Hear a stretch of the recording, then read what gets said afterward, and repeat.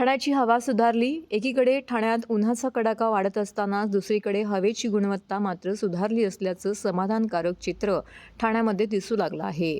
मागील काही दिवसात हवेची गुणवत्ता निर्देशांक सरासरीपेक्षा कमी आढळली आहे.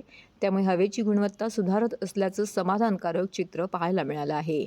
मागील महिनाभरात शहराची हवा कधी शुद्ध गटात मोडली गेल्याचं दिसत आहे. त्यातही सध्या हवेचे गुणवत्ता निर्देशांक सरासरी 84 एवढा आढळला आहे. शहरात आजही विविध ठिकाणी विकास कामं सुरू आहेत. मेट्रोची महानगरपालिकेच्या माध्यमातून रस्त्याची कामंही सुरू आहेत. त्यातही रोजच्या रोज होणारी वाहतूक कोंडी यामुळे प्रदूषणात वाढच होताना दिसत होती. प्रदूषण रोखण्यासाठी महानगरपालिकेने 7 नोव्हेंबर 2023 पासून मार्गदर्शक तत्त्वे जारी केली आणि त्यानुसार त्यांची अंमलबजावणी करण्यास सुरुवात केल्याचंही दिसून आले.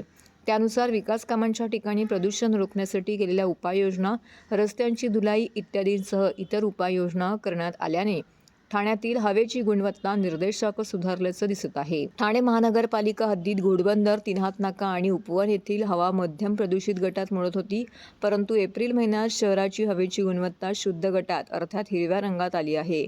त्यामुळे ठाण्याची हवा सध्याच्या ठाणेकरांसाठी चांगली असल्याचं समाधानकारक चित्र दिसत आहे. तीनहात नाका येथील हवेची गुणवत्ता निर्देशांक देखील खाली आला आहे.